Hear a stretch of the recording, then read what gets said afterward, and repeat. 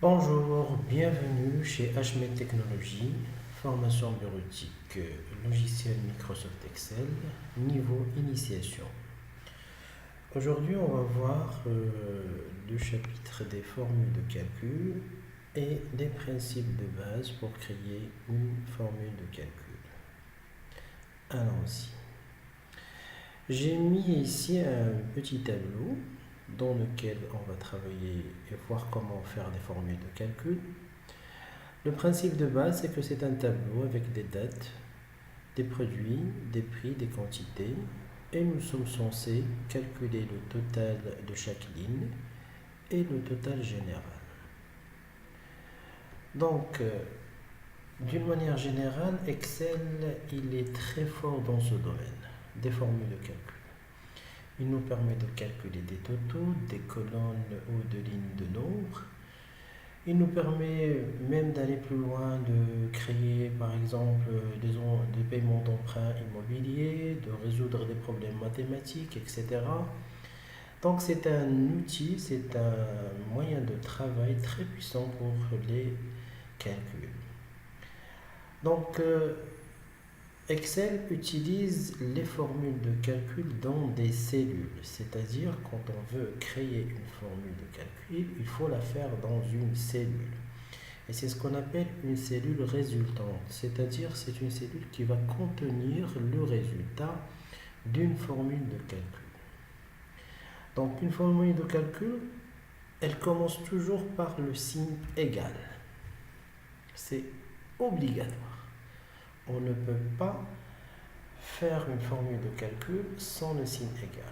De toutes les façons, on a vu dans la dernière vidéo qu'on croit que Excel sait interpréter ce qu'on tape à l'intérieur d'une cellule pour faire la distinction. Est-ce que c'est un nombre, c'est du texte, c'est une date ou bien c'est une formule de calcul. Donc les formules de calcul, c'est en quelque sorte un autre type de données qu'on utilise dans les cellules d'Excel.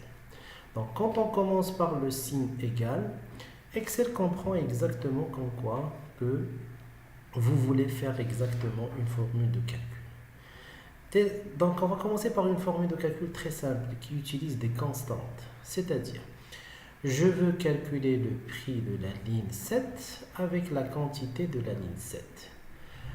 Donc une formule de calcul, en quelque sorte, c'est une expression mathématique qui combine un certain nombre d'éléments tels que des constantes, des opérateurs mathématiques tels que l'addition, la soustraction, la multiplication ou bien la division et j'en passe. On va faire un petit exemple de la ligne 1. Je vais lui dire que vous allez me multiplier le chiffre 7,5. Donc 7,5 c'est une constante parce que je l'entre directement dans la formule de calcul, que vous allez la multiplier avec l'astérix comme symbole de multiplication avec le nombre 2. Et maintenant j'ai façonné une expression mathématique et j'ai demandé à Excel à travers le signe égal de prendre en considération cette expression mathématique et de faire le traitement à ma place. Quand je valide cette expression, Excel va m'afficher dans cette cellule résultante le résultat de cette expression mathématique. Je valide et il m'a donné 15. 2 multiplié par 7,5, automatiquement c'est égal à 15. Donc quand je sélectionne cette cellule résultante, dans la feuille de calcul et dans la cellule H7 par exemple, je vois le résultat de la formule de calcul. Par contre, dans la barre de formule, j'ai l'expression de la formule. C'est pas comme la dernière fois quand on saisissait des informations aussi bien sur la barre de formule que sur la cellule, on reportait la même chose. Ici, c'est autre chose. Le signe égal fait une certaine différence par rapport à la saisie normale. Donc, dans la barre de formule, je vois l'expression de la formule et dans la cellule résultante, je vois le résultat de la formule. Donc je vais faire de même ici. Donc je fais signe égal et je mets 15 que je vais multiplier par 3. Et je fais entrée. Donc c'est une manière très facile de créer une première formule de calcul. Mais cette méthode, elle a un petit inconvénient. C'est quoi? C'est que si je change par exemple les éléments qui existent dans mon tableau, par exemple je change la quantité par 3, le résultat ne change pas. Pourquoi? Parce que j'ai utilisé dans ma formule de calcul des constantes et non pas des variables. Pour changer les constantes par des variables, on utilise ce qu'on appelle les références de cellules.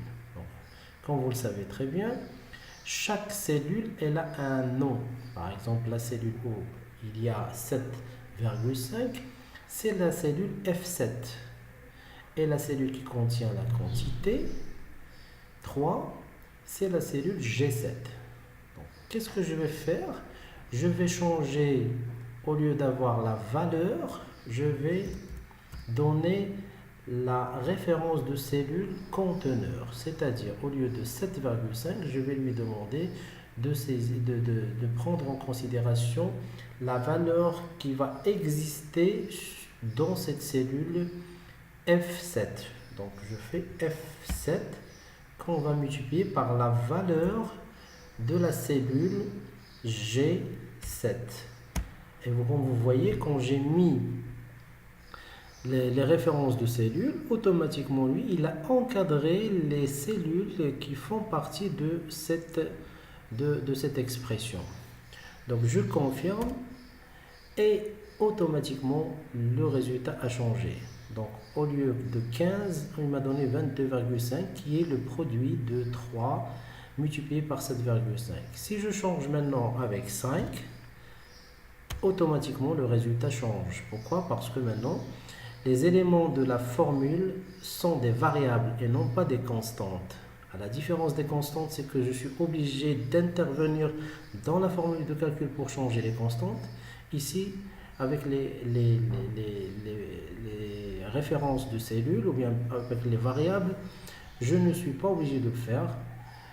C'est-à-dire, je lui demande, quelle que soit la valeur qui va exister dans la cellule F7 et quelle que soit la valeur qui va exister dans la cellule G7, vous me donnez le résultat suivant, vous faites le produit des deux valeurs. Donc, je vais faire la même chose ici. Donc, je vais changer la valeur de 15, c'est-à-dire la référence de cellule. Donc, je fais F8 que je vais multiplier par G8. Et voilà. Si je change par exemple la quantité ou bien le prix avec 45 par exemple, automatiquement le résultat change dans cette formule de calcul. Donc, je répète, une formule de calcul, elle se met dans une cellule résultante et commence automatiquement et obligatoirement par le signe égal.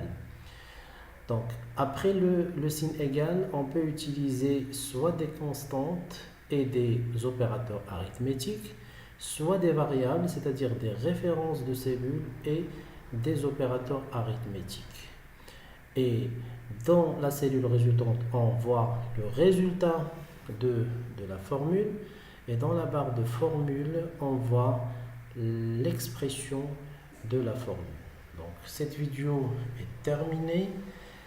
N'hésitez pas à partager, à aimer notre chaîne YouTube et à s'y abonner. Et à la prochaine. Au revoir.